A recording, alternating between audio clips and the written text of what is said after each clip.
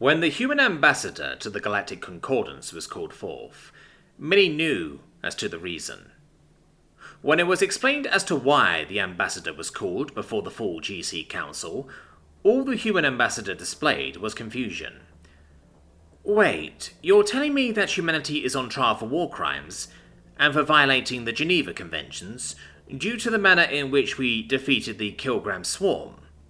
Asked Ambassador Lucille Vargas, dumbfounded at the audacity of the Galactic Concordance. Yes! You humans have violated your own Geneva Conventions, and therefore must be punished, cried out the Soluthi ambassador, a generally amorphous species that could take whatever shape they chose, depending on their mood.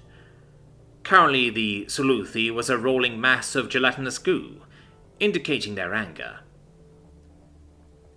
Blatant bombing of civilian targets, the execution of surrendering troops, inhospitable living conditions in prisoner camps, humiliating and public executions of captured troops and hostages, the nuking of garden worlds, the detonation of multiple antimatter bombs on several nursery worlds, the deployment of horrendous chemical and biological weapons.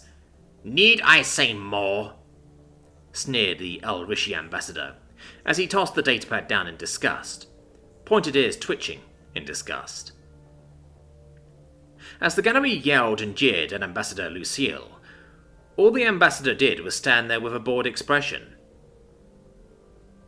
Eventually they calmed down, allowing Ambassador Lucille to speak in the defense of herself and her people.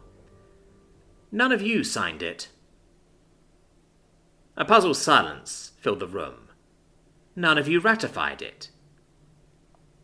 A few members in the gallery shifted nervously, their species' more refined senses alerting them to the mounting anger from the human. No other species in the Concordance accepted and applied the provisions of the conventions when it was given to you.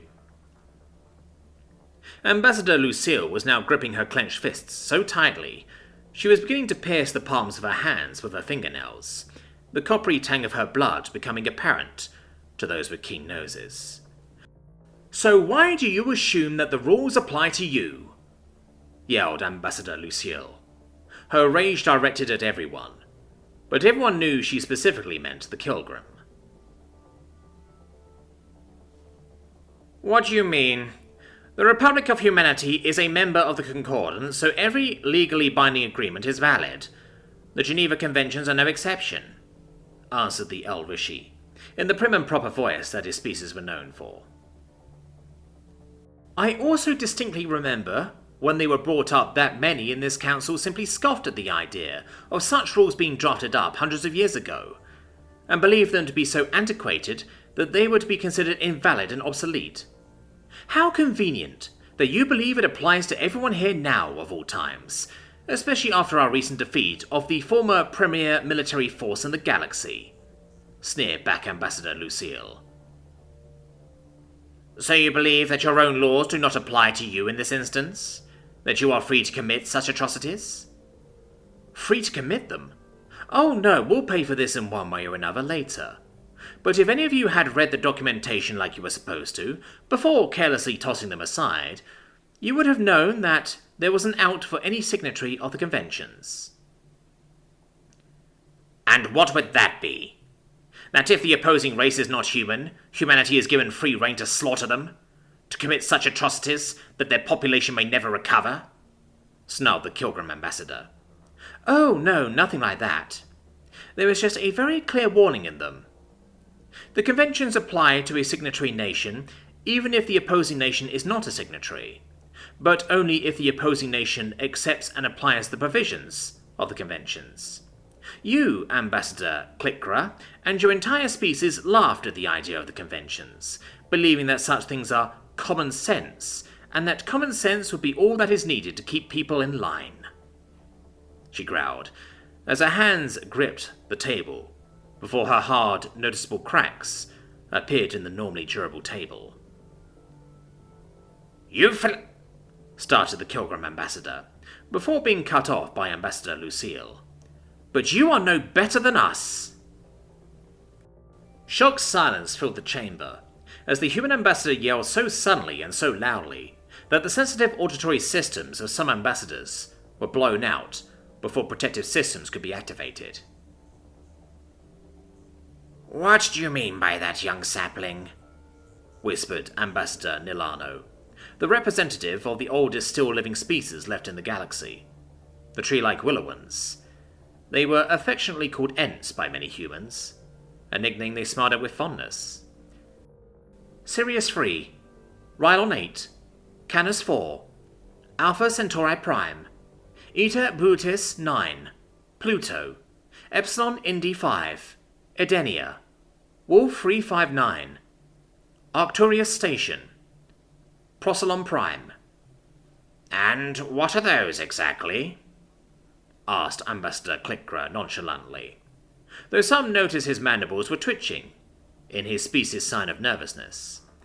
Garden and nursery worlds that your species pillaged and burned. Stations that were simply massive trading outposts. Targets that this council claims to be off-limits based on common sense. Yet the Kilgram blatantly attacked those worlds.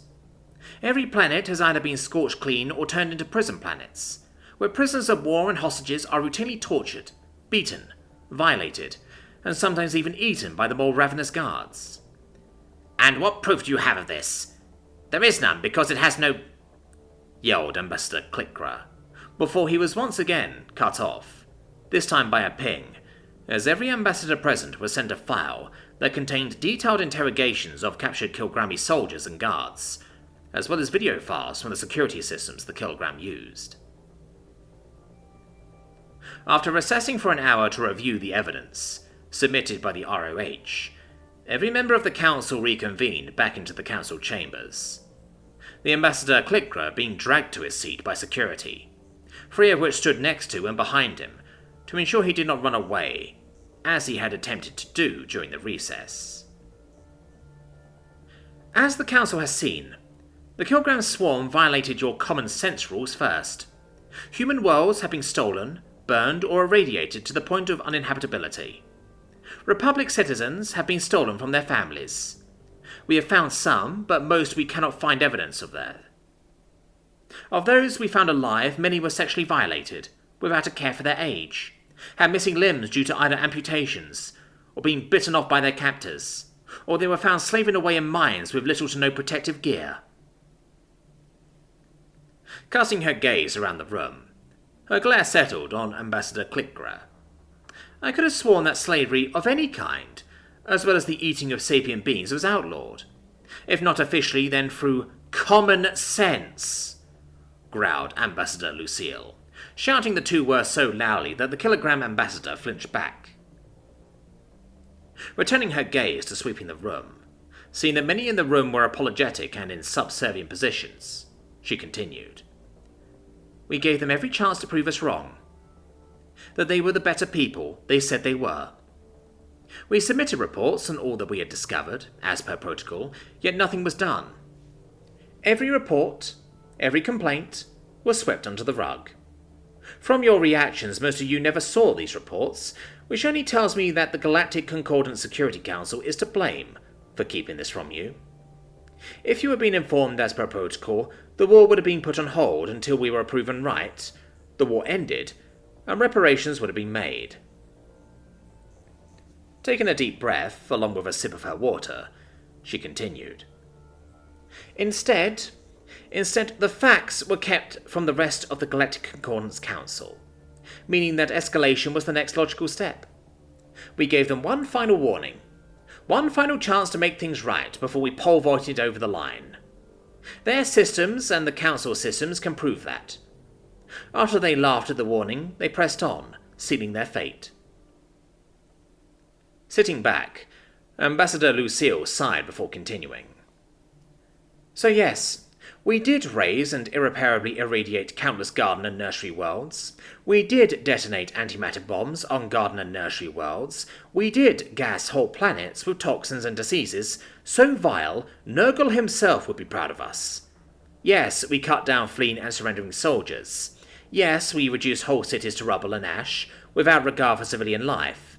Yes, we kept what few prisoners we had in horrendous conditions, and executed many of them for the slightest offence. As she finished this part of her speech, Ambassador Lucille stood up and began clearing her table, As she did so, she continued to speak. We believe that, even though the member species of the Concordance had not signed them, that they would still see sense to accept and apply them to any potential conflict we will be involved in. Instead, our hands were tied.